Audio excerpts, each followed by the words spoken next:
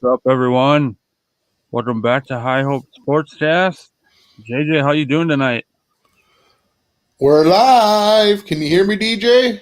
Yes, I can, sir.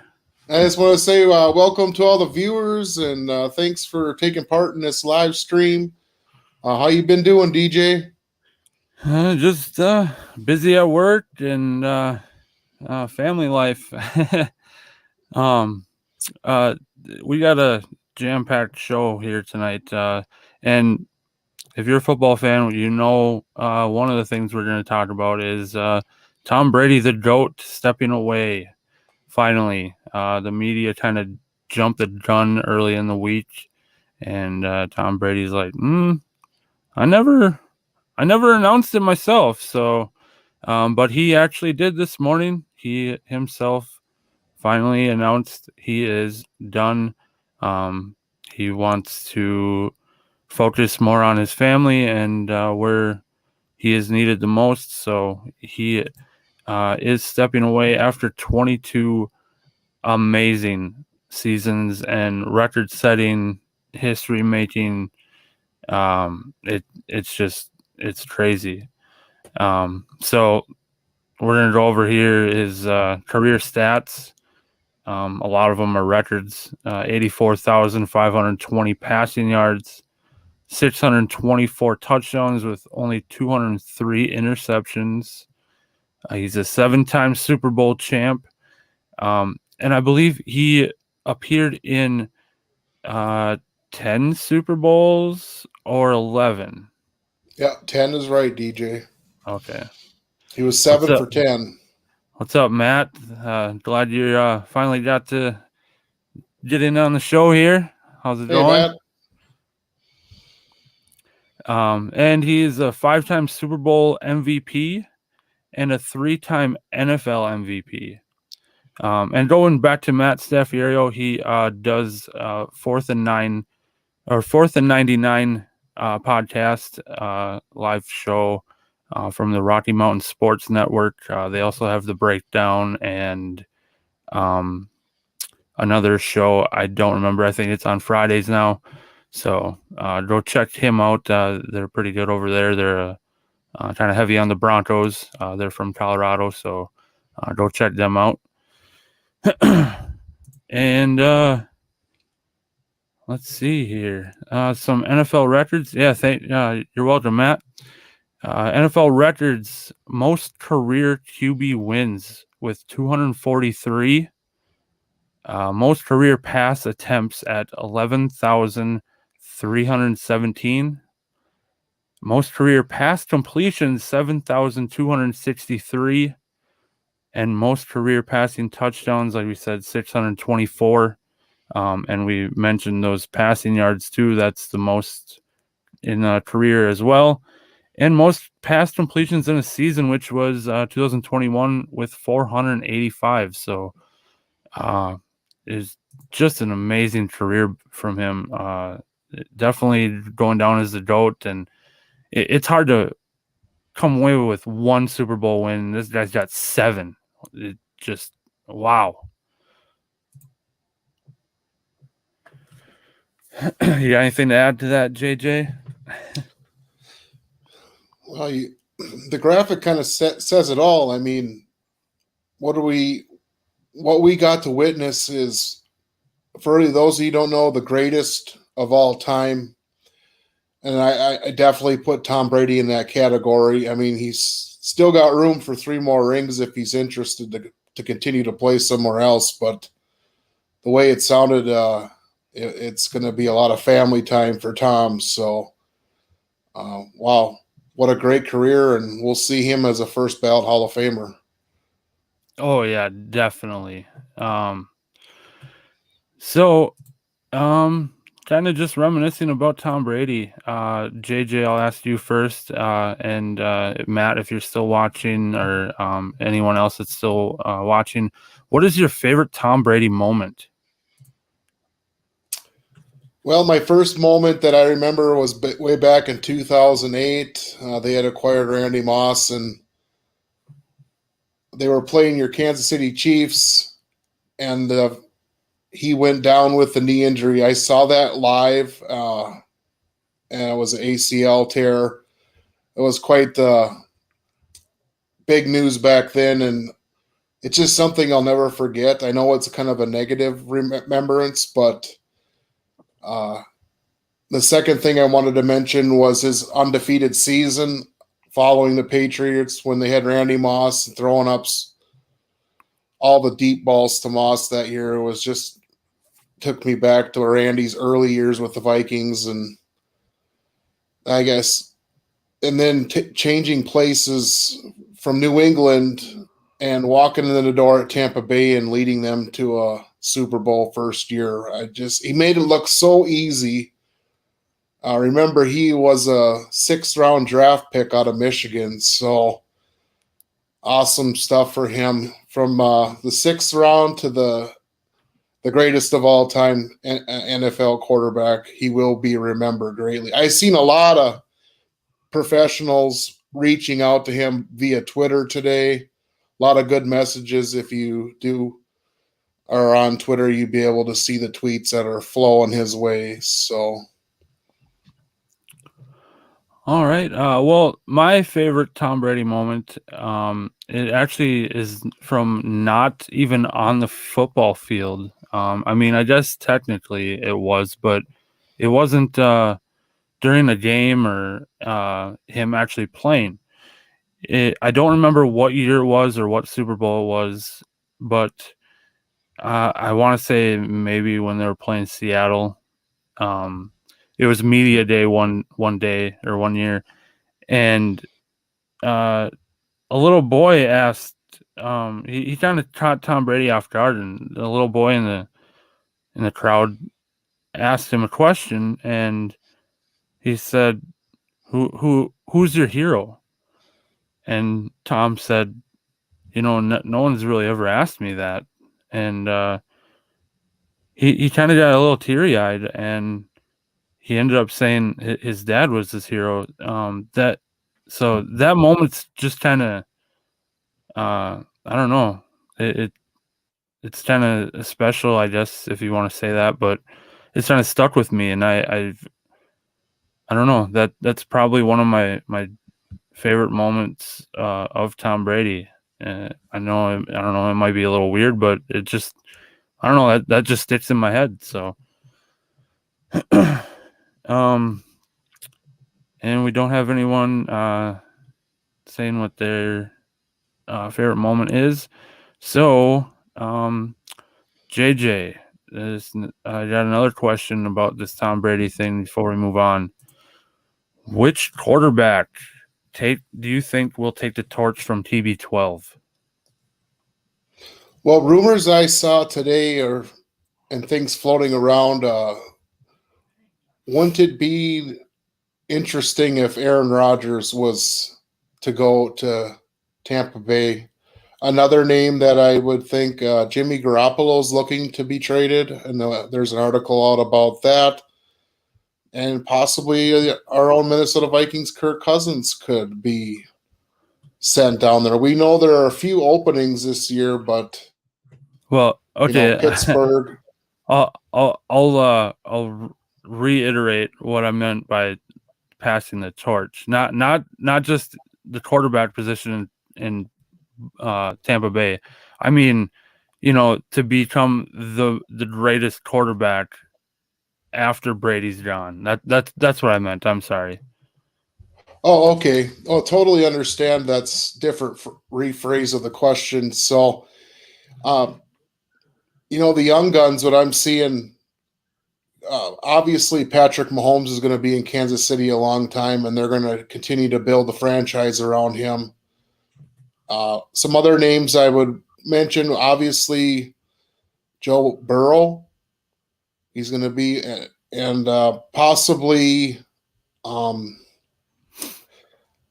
I don't know. I can't really think of who else. I mean, I could throw out Aaron Rodgers, but he's so far along in his career, right? He doesn't really have the time to put up these gargantuan numbers we're seeing on the board here.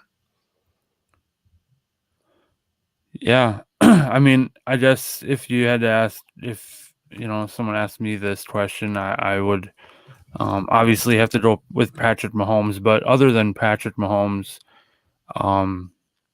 the other two that kind of come to my mind is sadly Josh Allen.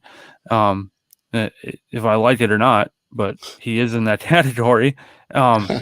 And also Joe Burrow, as he's proven his worth in these playoffs, and he's just cool as ice, and he's got his Bengals in the Super Bowl and in just his second year, and after coming off of that gruesome injury last year. So I would say Patrick Mahomes, Josh Allen, and Joe Burrow. So all right. And now we're going to move on to our Minnesota Vikings head coach finalists. So they narrowed it down to 4. Giants DC, Patrick Graham. The Rams DC, Raheem Morris. The Rams OC, Kevin O'Connell. And University of Michigan coach Jim Harbaugh. JJ just sent me something a few hours ago saying the Vikings had a 9-hour interview with Patrick Graham today. Holy, what an interview! Like 9 hours. Holy crap. I don't know. I'm Jim Harbaugh is the most exciting possible candidate out there.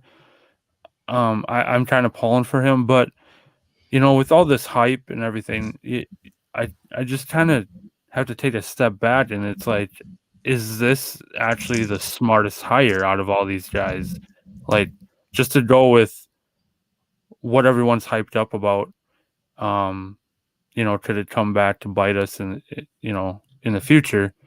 And maybe it's like, oh, maybe we should have gone with one of these other guys. So, I don't know. I kind of like all these guys. I don't really know much about Patrick Graham, but at this point, I'm kind of hoping for Jim Harbaugh, I guess, but I'd be happy with any of these, I guess. What's your input, JJ? Well, they had Dan Patrick show had Sam Webb on. He's a 247 Sports Michigan insider on recruiting. And his statement was basically, if he's going to go to Minnesota on National Signing Day at Michigan University, there's a high probability that he's going to be coaching in the NFL next year. And the second statement that was made is that if he's offered the job, he almost 100% will take the job. And Rich Eisen had a little segment about it on the show today, and he's a Michigan alumni. And he was saying that, his metaphor was you can't put the toothpaste back in the tube. I heard that too.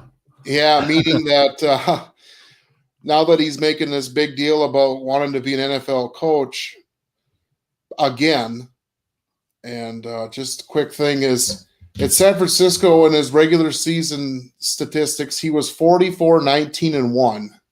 In the postseason, he was 5-3. He made the 3 straight NFC championships and, of course, to the Super Bowl against the Ravens. So his collegiate record is 119-51. So I guess what excites me the most is the guy knows how to win.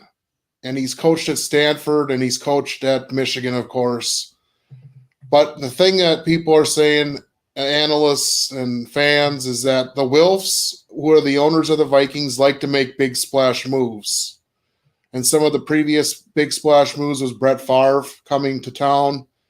And you remember the media hype that whole day entailed everybody was following the SUV around Minneapolis to Eden Prairie where they did the interview. And another one was bringing Randy Moss back under Childress. That was a big splash. And I think if you get Harbaugh to the building, I wouldn't let him leave. And another thing rumored around Harbaugh that gets me excited is the previous coaches that he's willing to bring aboard. Vic Fangio is a name for the defense. Mike Munchak for the offensive line, which are both previous head coaches in the NFL. And then Pep Hamilton, he had an offensive coordinator at Stanford, and he got to coach Christian McCaffrey and Andrew Luck. So all 3 of those candidates, we'll call them, to work under Harbaugh makes that a really huge coaching staff. And then on the other, I think what I like to see is it come down to Kevin O'Connell, the offensive coordinator for the Rams. And they said Darren Doogie Wolfson had a video on Score North today that he really, really impressed the Viking staff and Cam. So I think they were doing Cam a favor when he brought Patrick Graham. He's an Ivy League graduate, just like Cam is. So they're really familiar with each other. And I guess the odd man out is Raheem Morris. We're not hearing a lot about him. No. But what are your thoughts and opinions on Big Jim Harbaugh? Big Jim.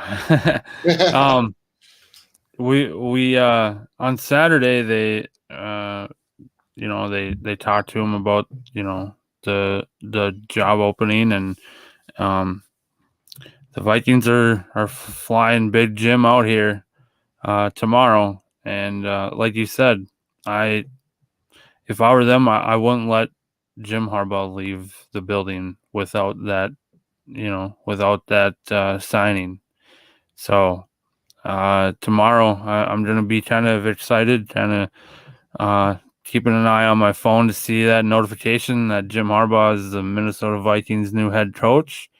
But I guess we'll see. You never know. It was said today that he said some goodbyes at Michigan. So is this just foreshadowing, or are we getting our high hopes up that this is the splash we're all looking for as fans? I mean, what if? I know Doogie also said on the show that there's a possibility that the interview does not go well. And how many of our Viking fan base would be irritated that we had the high hopes for Jim Harbaugh, but it didn't work out in the end. So yeah, you kind of got to look at it from both sides of the coin. It's either yes or no. And at this point, a lot of chatter and chit chat that's coming out is that it's leaning. The guy that they talk about is John U. Bacon. I don't know if you've heard of him, DJ, but No. he wrote the book on Jim Harbaugh, and he's been putting out a Harbaugh report. And today was the 30th day, and he has Harbaugh 60-40 staying at Michigan. If that means anything, I don't know, but Really? yeah. Huh.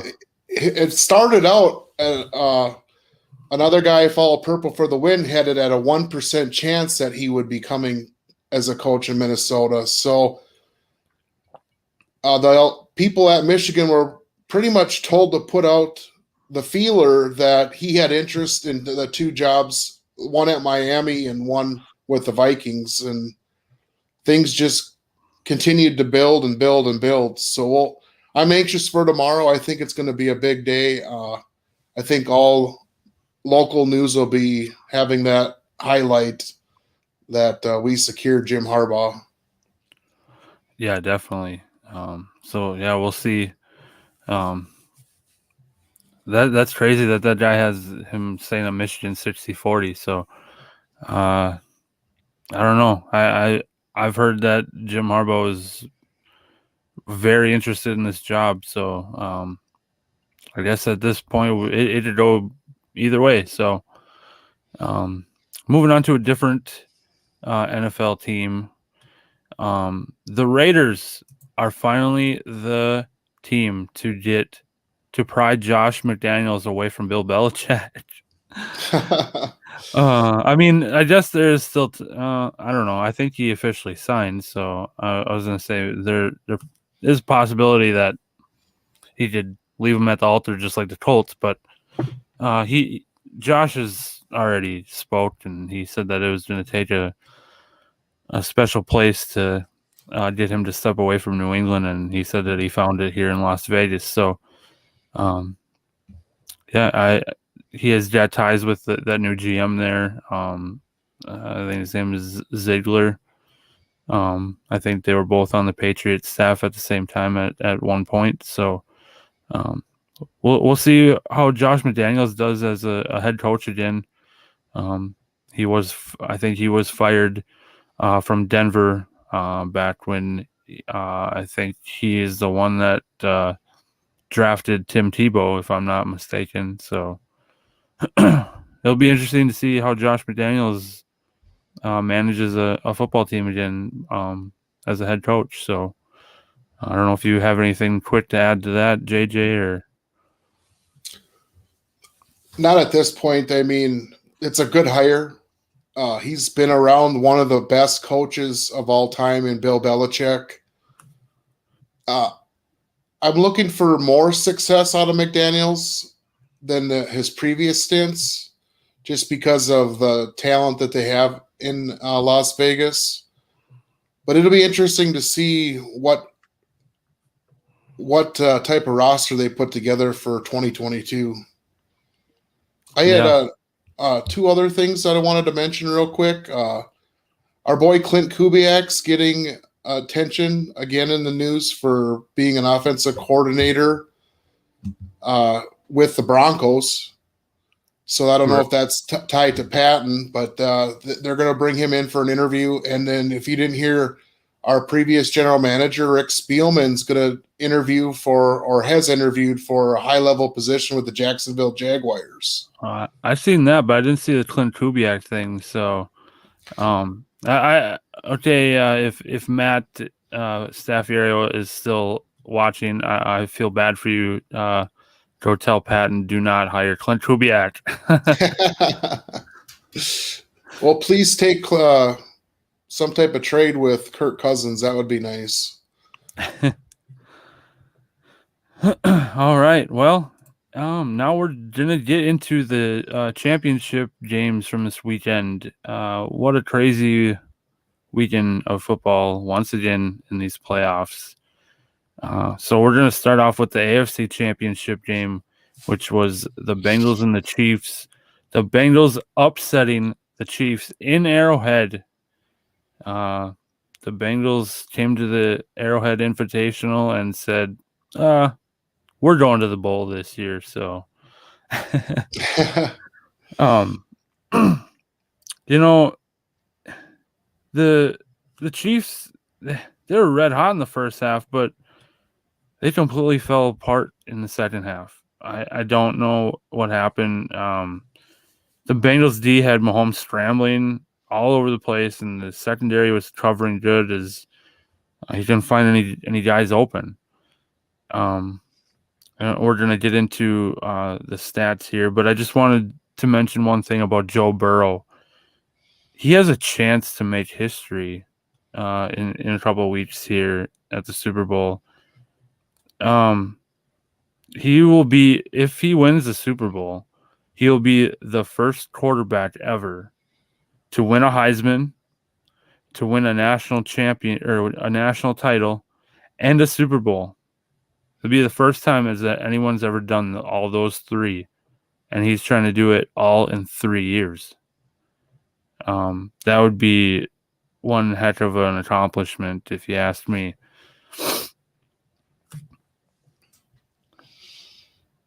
Did you hear about that, JJ? Yeah, a lot of analysts probably want to see Joe Burrow. I have a funny thing to mention about the game.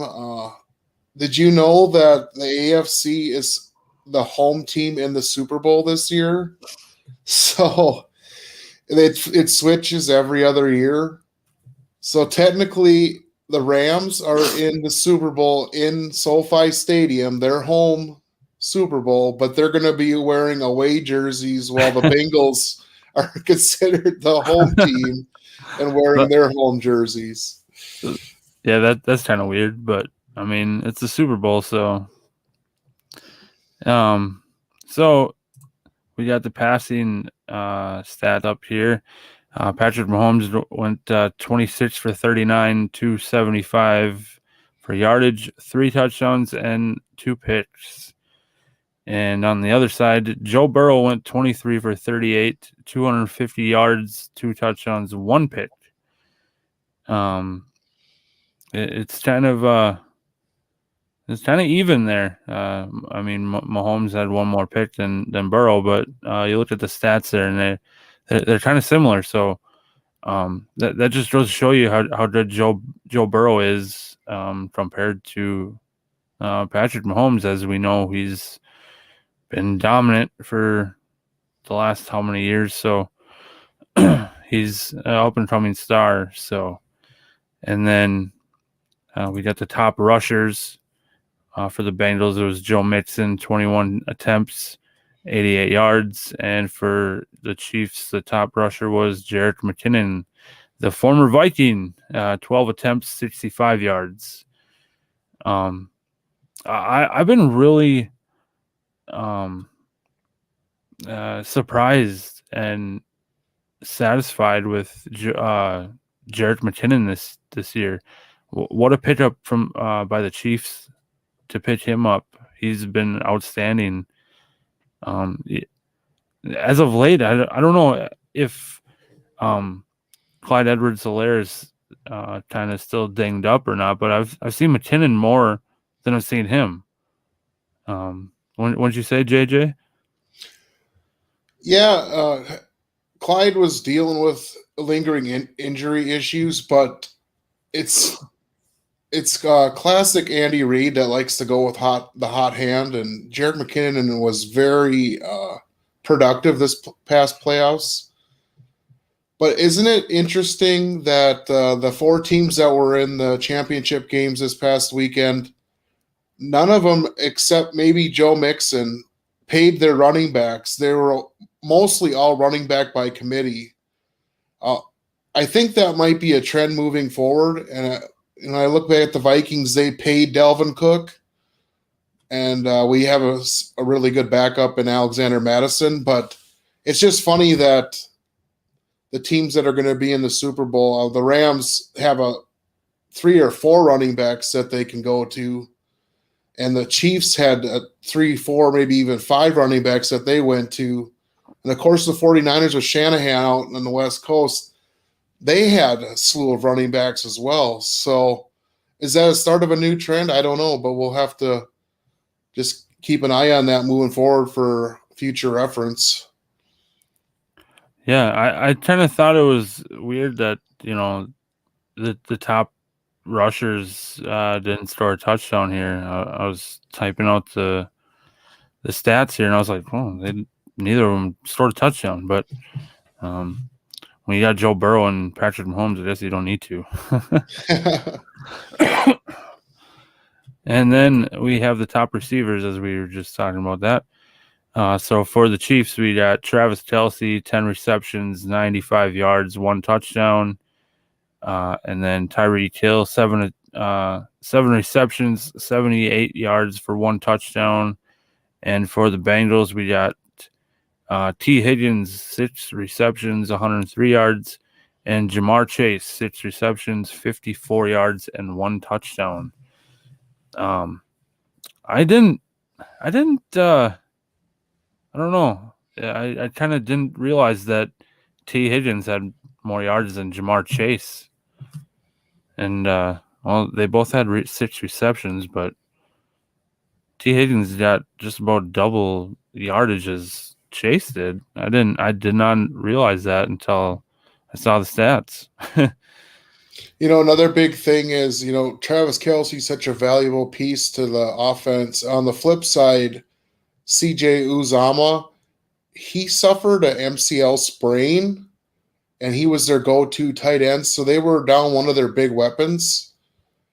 It sounds like he's going to be okay to go in 2 weeks, but when he came out the field, it just opened up the receptions for Tyler Boyd, and T. Higgins made a lot of nice catches. I mean, Joe Burrow puts the ball in the right spots most of the time. I mean, a lot of the time. So he makes it easy on his receivers. And I think reason why Jamar doesn't have the reception yards that T. Higgins did is they didn't really take that many downfield shots because of the defense that the Chiefs decided to play on Jamar Chase. So it's a lot of dinking and dunking with Jamar, but boy, I can't wait to see these guys in action February 13th. It's going to be fun. Yeah. So then just a quick stat about the defenses. The Bengals had 3 sacks and the Chiefs only had 1. The Kansas City defense definitely I don't know. The Bengals O-line, they must have improved since that Titans game after letting Tennessee sack Joe Burrow 9 times in that game, and then to come back the next week against KC and only give up 1 sack. That's a hell of an improvement, if you ask me. Especially on the road at Arrowhead. Right. Yeah. From going to 9 sacks to 1 in 1 week, it's a hell of an improvement. That's good coaching, and I think what they said during the week is they had worked on a lot of silent signals and a lot of different snap count issues that they noticed they were doing versus the Titans. So that, that style of coaching and the changes they made to the game plan prevented that front 7 of the Kansas City Chiefs getting after Joe Burrow. Plus, like I said, a lot of that stuff was dinking and dunking, but you got to do that to get your way back in the game. They were down 18 points. Mm-hmm. So that was a momentous comeback victory for the Cincinnati Bengals. I mean, it might be their time, DJ. Yeah. I don't know. The Rams, though, I don't know. I've been saying it the whole playoffs.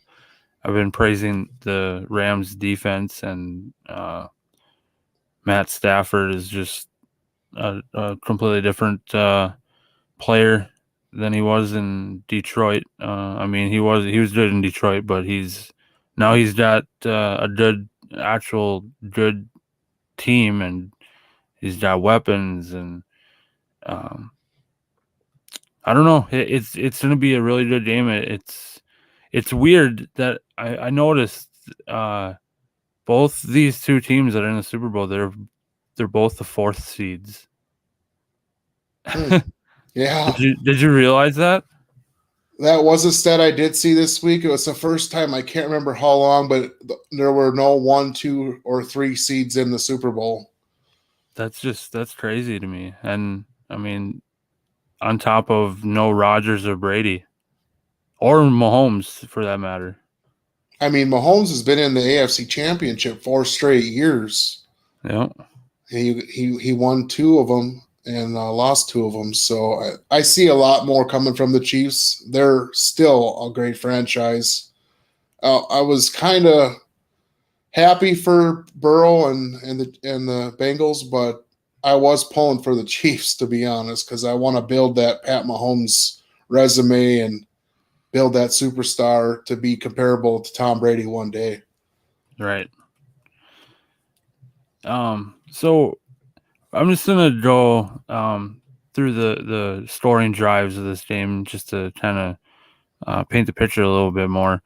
So the first quarter, the Chiefs throw down 11 plays for 84 yards, and the scoring play was Mahomes' pass to Tyreek Hill for 10 yards touchdown, so that makes it 7-0. And then the Bengals come back and put together a 61-yard drive, and ends with a McPherson 32-yard field goal. I'm sorry, to make it 7-3. And then the Chiefs put together a 7-play, 75-yard drive, and that ends in a Patrick Mahomes pass to Travis Kelce for a 5-yard touchdown. So at the end of one, we were at 14-3.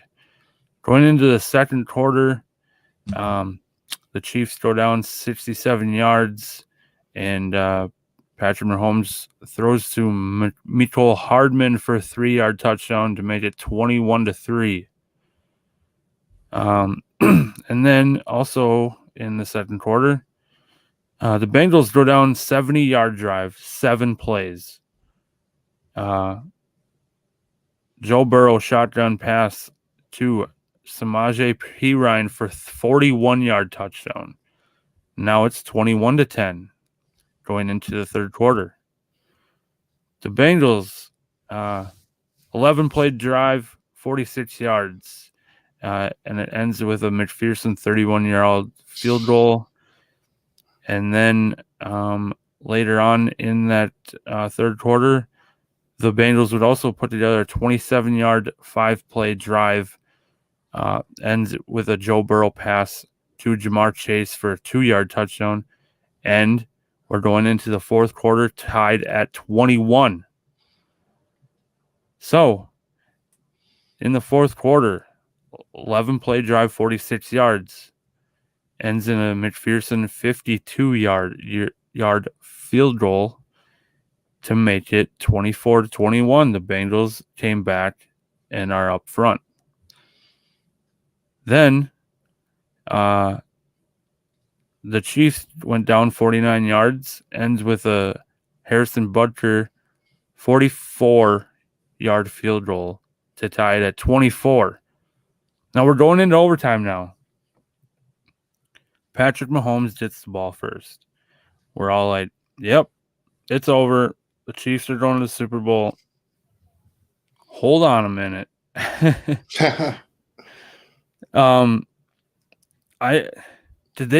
Did he throw a pick in overtime? I don't know why I'm not remembering this. Yeah, he threw a pick. It was deflected, and Eli Apple had the first attempt that went right through his hands, and then it was deflected, and Von Bell picked off Pat Mahomes to start the Bengals winning overtime drive. Yep. Yeah, so, yep, Patrick Mahomes threw interception in overtime. Bengals fans are going crazy at this point. We have a chance. We have a chance. Yep. 9-play drive, 42 yards, ends with Shooter McPherson 31-yard field goal, game winner. The Bengals are headed to the Super Bowl for the first time in 33 years. What a game. Wow. And Joe Burrow and everybody else is smoking a cigar. Yep. Burning it down. Yeah, shooter McPherson. What a he's the only kicker that was drafted this year. No, I did not know that. That I'm pretty sure I heard that on the radio. He's the only kicker that was actually drafted this year, and man, what a rookie season! And I probably will never forget his very first regular season game. Oh, Kicking the game winner to beat our Minnesota Vikings in the first week of the season. Oh my God.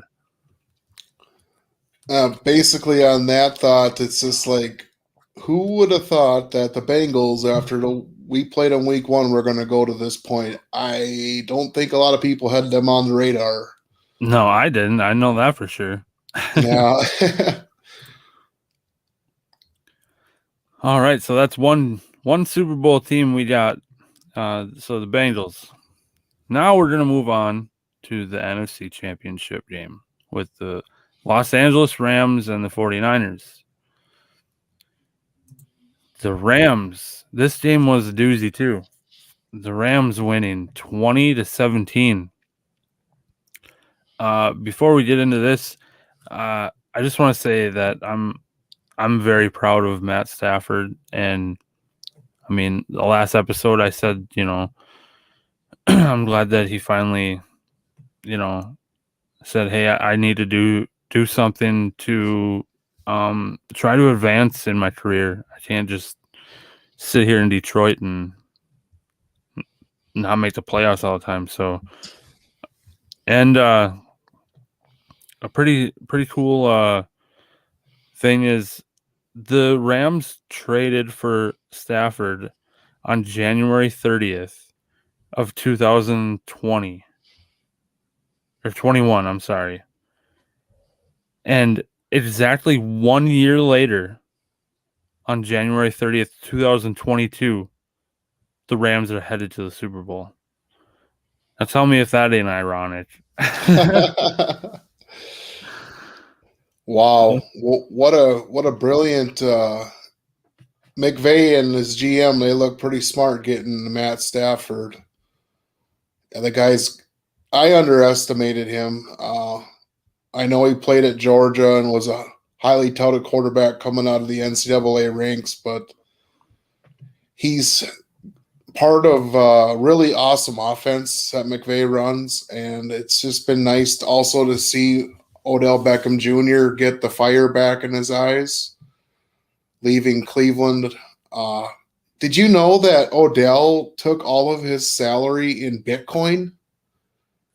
What? Yeah. The new contract he signed with the LA Rams, he took all of his salary in Bitcoin. I saw that, I had to laugh a little bit, but because Bitcoin's been kind of going down lately, not to get off track, but yeah. So hopefully that investment works out. But they got him at a steal price, and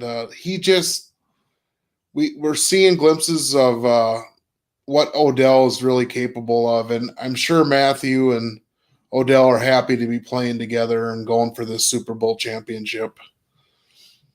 Yeah, and I do got to give props to Odell Beckham Jr. too, as I don't know. I think I said this last episode too, so I apologize if I'm repeating myself. But he's not that whiny player anymore, and he's not getting into trouble, and so I don't know. Maybe Sean McVay kind of knocked some sense into him or something. I don't know.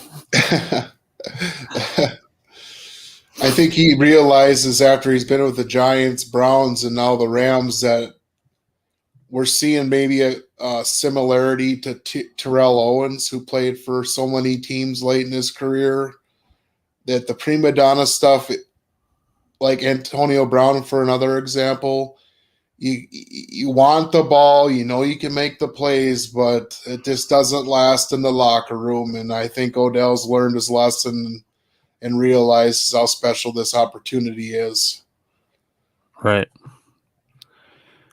All right, so we're going to go through the individual stats here. So the passing, the Rams, Matt Stafford, 31 of 45, 337 yards, 2 touchdowns, 1 pick. And the 49ers, Jimmy Garoppolo, 16 for 30, 232 yards, 2 touchdowns, and a pick. Like I said, I don't know. I think Jimmy must have heard me in the last episode when I said you can't go into a playoff game and not throw a passing touchdown and expect to win, because he did have 2 passing touchdowns in this game. So he's trying, but that completion ratio doesn't look good. 16 for 30. So. And that 1 interception, that was the nail in the coffin for the 49ers. So that was a very, very, very crushing interception, to say the least, right there. Well, he was just under so much pressure from that front seven. Aaron Donald is he is one of the best defensive players I've ever seen at the D tackle position. And then on the flip side of the secondary with Jalen Ramsey, the number 1 corner in the league, and those guys they remind me a lot of Seattle's defense way back in the day when they were ball hawking and sacking, and it just goes in tandem. The Legion of Boom. All right, and the top rushers for the Rams was Cam Akers, 13 attempts, 48 yards. And for the 49ers, the leading rusher was a receiver, Deebo Samuel, 7 attempts for 26 yards. Looking at this stat, there wasn't a lot of running in this game. These are the 2 top rushers for each team, and that's a very low number. So there's a lot of passing in this game. All right, and then we're going to move on to the top receivers. My boy Cooper Kupp for the Rams, 11 receptions, 142 yards, and 2 touchdowns. And Odell Beckham Jr., 9 receptions for 113 yards. And for the 49ers, Deebo Samuel, 4 receptions, 72 yards, and a touchdown. And Brandon Ayuk, 4 receptions, 69 yards. To bring Cooper Kupp back up, I heard this on a podcast yesterday, I believe. Cooper Kupp had, I think it was 7 different third down receptions, and 6 of them he converted on. Wow. Now, that goes back to the MVP talks. It's a no-brainer. Look what he did in this game. 7 third down receptions, and 6 of them he converted on. Wow. If he didn't have, or if Matt Stafford didn't have him, I don't know if they're sitting in this position right now. To be honest, I don't know. But that's just one hell of a receiver.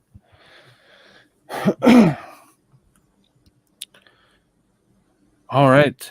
So we're gonna go to the scoring drives. So in the first quarter, the Rams go down 88 yards, 18 play drive. That's a lot of plays. Shotgun, Stafford passed deep to Cooper Kupp for 16-yard touchdown.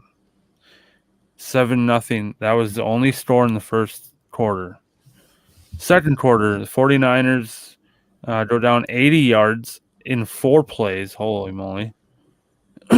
Jimmy Garoppolo out of the shotgun, pass right to Deebo Samuel for 44 yards for a touchdown, tied at 7.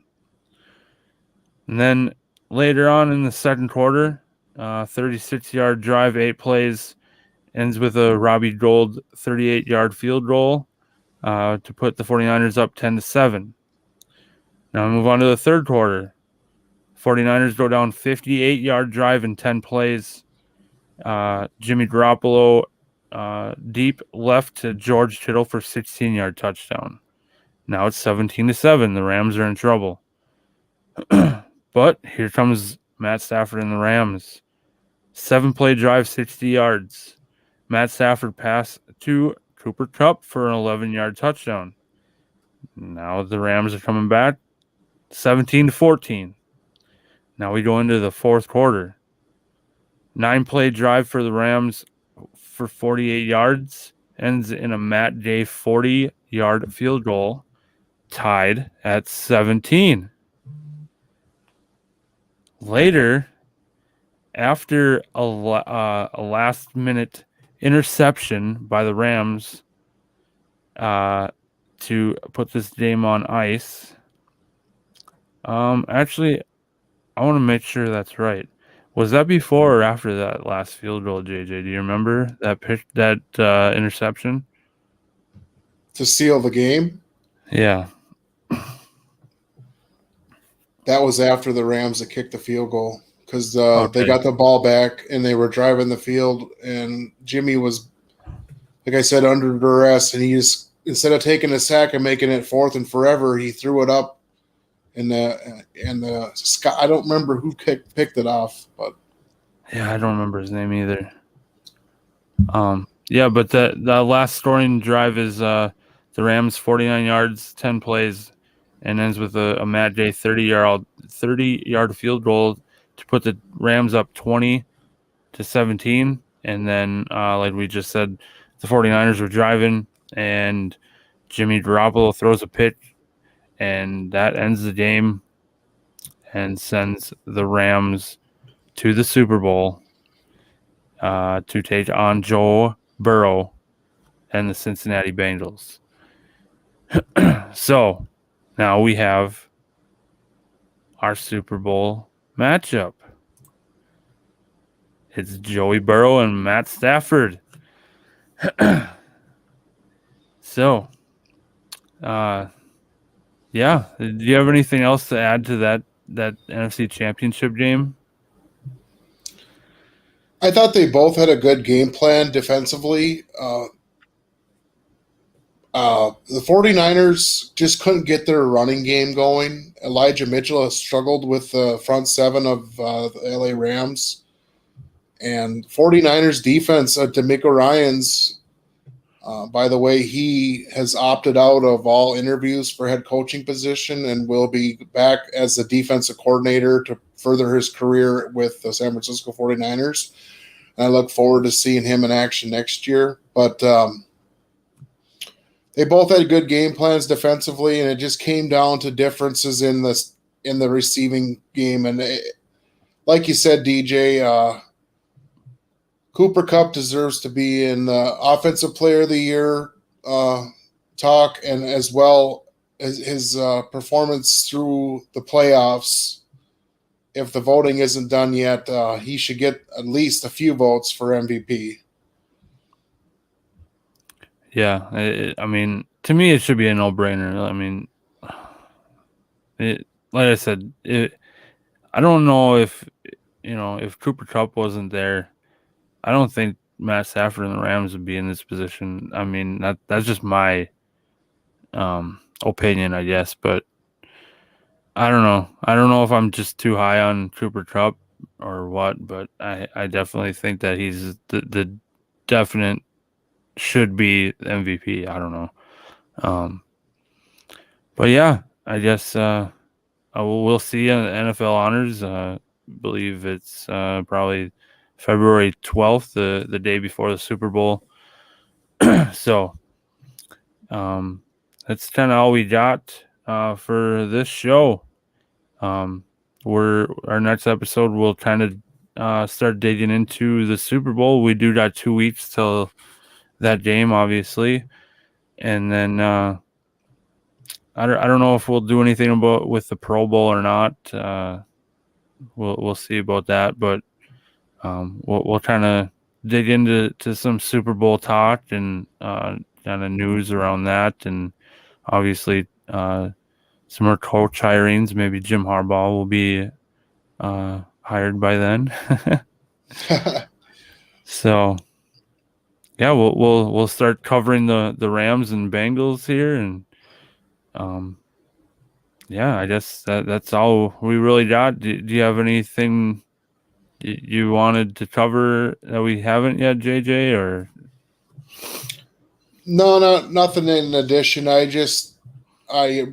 really happy to see two teams even though the Rams have been there 2 times in 4 years, but it's a different quarterback and a young gunslinger in Joe Burrow. I think it's going to be the battle of the quarterbacks, and the head coaches, Zach Taylor and Sean McVay, are both young bucks. I'm just excited to see what's going to happen and entail in the Super Bowl. And if you haven't heard the Super Bowl halftime show, Dr. Dre, Snoop Dogg, Eminem, Mary J. Blige, and there was one more. I can't remember. Kendrick Lamar? Yeah, Kendrick Lamar. Yep. That should be banging. So I'm sure we'll have more updates on the performers as we get closer to February 13th. Yeah, and I mean, okay, so we got Matthew Stafford in this game. Obviously, he used to be on the Detroit Lions, and we got Eminem here for the halftime show. I mean, this is the closest Detroit's been, to the Super Bowl as you're gonna get. I saw that somewhere on Twitter the other day. Somebody was making a little joke. Oh, that'd be funny, from the movie 8 Mile, if Eminem gets up there and is like, everybody from the 313.